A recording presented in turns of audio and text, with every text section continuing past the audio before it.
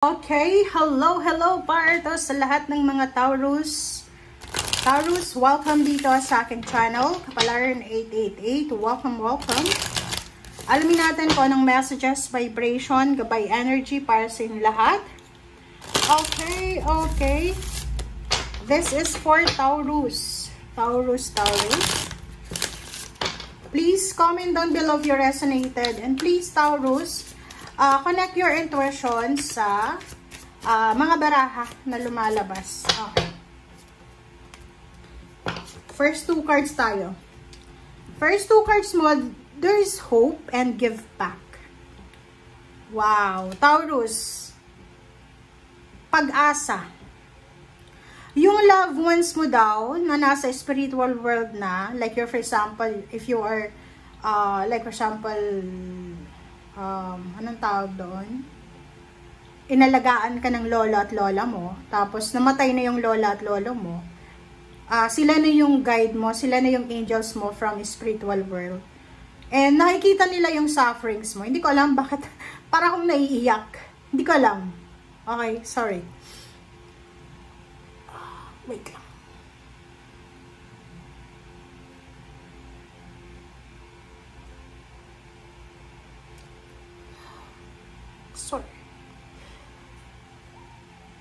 Sorry guys ha.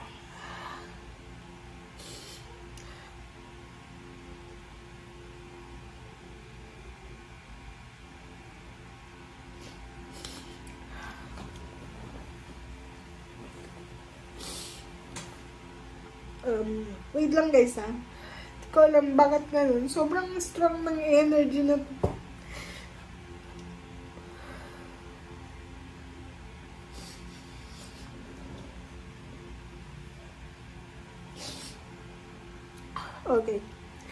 Okay, so there is hope.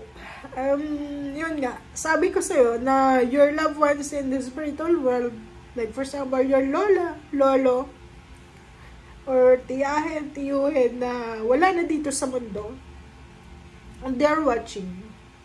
Yung hope na to, like yung hindi ako Taurus but hindi ko alam, nung makita ko itong barang, ito biglang sumakit yung dibdib ko na parang I feel so much pain.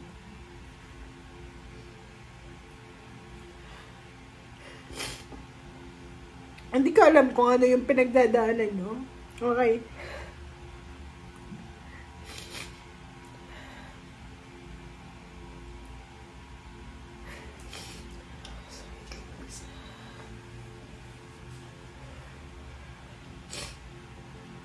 Okay, so your loved ones in the spiritual world, alam nila kung ano yung nakikita nila. Yung parang pakaramdam mo, Taurus, you're hopeless and helpless. And yung parang may mga buhay ka pang kapamilya. Maybe parents, you have siblings, you have friends, parang ganun. Or especially parents. You have parents and siblings. But yung parang feeling mo helpless and hopeless ka. Yung parang feeling mo na kahit sabihin mo sa kanila yung mga kailangan mo, hindi mo kaya. Because nakikita mo, nararamdaman mo na wala silang pakialam sa'yo. Dito sa barahan to, doon sa mga Taurus na parang hindi ka makatulog sa gabi. Like for example, because of health issues, you have stomach issues, or you have headache, or kung ano man siya, or hindi ka makatulog, sobrang pagod at puyat mo sa gabi, sumasakit na yung ulo mo, or parang feeling mo talaga, nangihina ka, okay, physically. Mentally, ganun din. And worst pa, parang nakikita ko kasi dito na sobrang sad ka. Sad and feeling betrayed, parang ganun. And sinasabi ng baraha sa'yo dito na kung ano man to na pinagdadaanan mo sa buhay, isipin mo palagi na may nagmamahal sa'yo. Okay? Mayroong mga spiritual guidance, helpers ka na nandun sa spiritual world na nakatingin sa'yo. And since espiritu na sila, wala silang magagawa sa'yo kasi yung parang wala silang magagawa as sila. So, kung ano man ito na gusto mong mangyari, you need to pray for it. Okay? You need to pray. Kasi through prayer mo, okay, through prayer, through affirmation, doon papasok yung message from your spiritual helpers na gusto kang tulungan. Okay? Yung parang halimbawa, gusto mong makapaghanap ng trabaho, yung parang feeling mo, sobrang malas mo sa paghahanap ng trabaho. So, you need to pray. You need to invoke angels, archangels. Yung pinakamalapit sa atin na angels, archangels, si Archangel Gabriel, Raphael, and Michael. So, yung tatlo na yan, every night, every day, every morning, bago ka matulog, pagkagising mo, you need to invoke them. Okay? You need to call the three angels, the archangels. And then, yun, magpasalamat ka sa Panginoon because you're still there. You're still here sa mundo. And there's hope. May pag-asa. Basta isipin mo, as long as na humihinga ka, especially doon sa mga below 30 years old, na mga Taurus, huwag kayong mawala ng pag-asa. Okay? Napakalawak ng mundo. Enormous yung blessings ng Panginoon. So like for example, nakikita mo yung neighbor mo, kaedad mo siya, pareha kayo ng pinag-aralan, pero siya nakapagtrabaho na, marami na siyang naipundar, pero ikaw nakatambay pa rin. Yung parang ganun na energy, huwag kang matakot. Huwag kang mainggit, huwag kang matakot. Just let go, let God, let it flow. Ang advice ko sa'yo, kung wala kang trabaho, wala kang ginagawa, try mo to. Punta ka sa simbahan, just pray. Pray sa, yung mag-pray ka na, yung dapat yung walang tao dun yung ibigay mo lahat sa Panginoon. Lahat ng nararamdaman mo, sakit, galit, hinanakit, mga kailangan mo, parang ganun. Kasi hindi ko alam, nung makita ko to, diba sabi ko, sobrang jolly pa ako nung pagtingin ko. Hindi ko alam, sobrang sumakit yung dibdib ko. Na parang feeling ko, nakuha ko yung energy mo na feeling mo gusto mo nang isuko lahat. Gusto mo nang i-give up. No. Wag na wag mong isusuko. Kasi may pag-asa pa. Okay? So, doon naman sa mga Taurus na if ever na marami kayong mga pera, may marami kayong oras para makatulong sa mga taong nangangailangan, you need to extend help. Okay? You need to reach out and you need to share your blessings, share your time. Okay? So, thank you.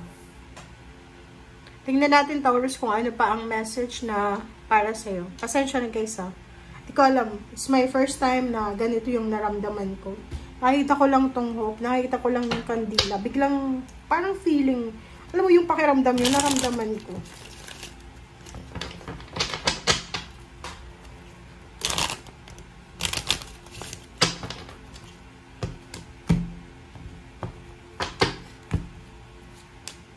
Okay, reverse.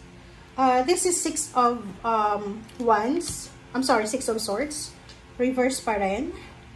Parang reverse ata ito lahat Okay, let's...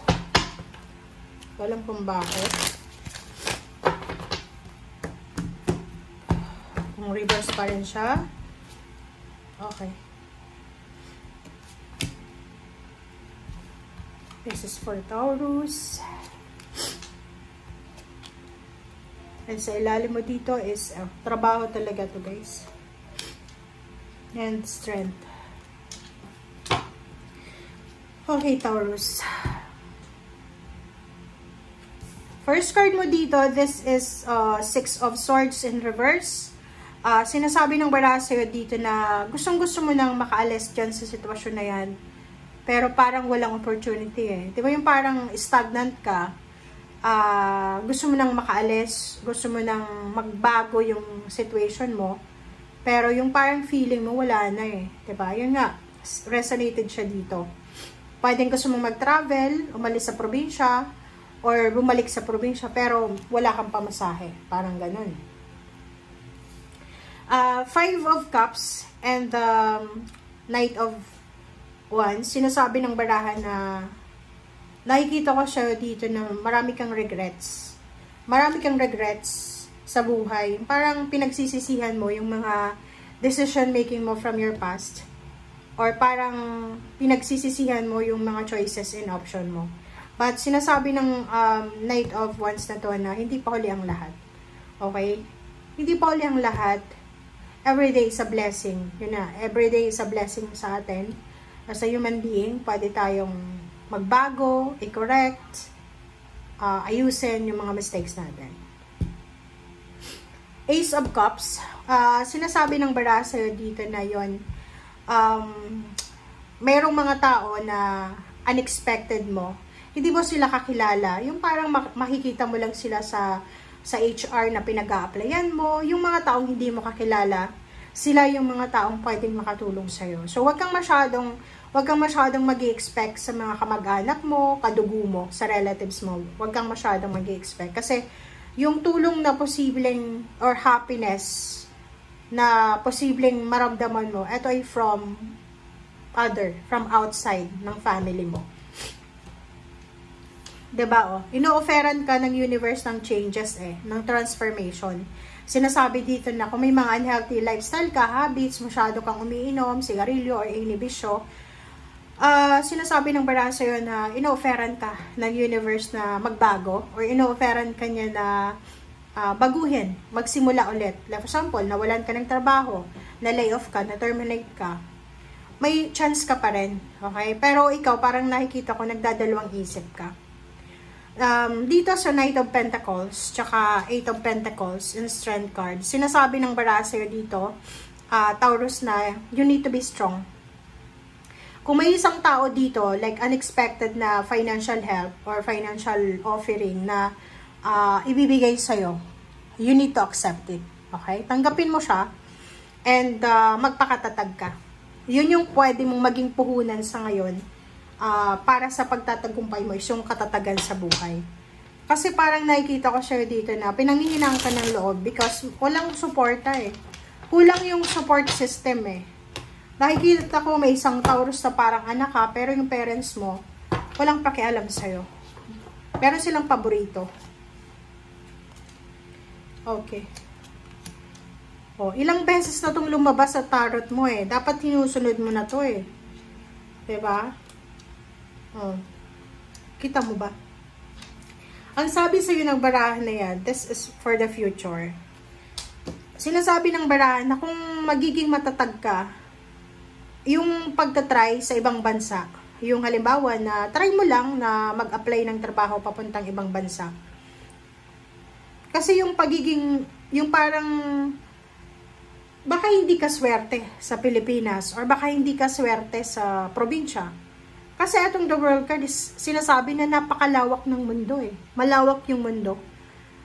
Kung hindi ka tanggap sa isang lugar, huwag mong ipagsiksikan yung sarili mo. Kung alam mo na sobrang toxic, suffocated ka na sa isang lugar, try mo sa ibang lugar. Kasi nakikita ko sa'yo dito, you're shouting, you're parang anong tawag dito, emotionally parang may sinisigaw ka na freedom Gusto mong makalaya sa kahirapan. Gusto mong makalaya sa health issues. Maybe may mga health issues kayo or financial issues or kung ano man. Sinasabi ng bara sa'yo dito na pagdating ng panahon, yung mga tao na walang pakialam sa'yo, makikialam na sila. Makikishare na sila ng success mo.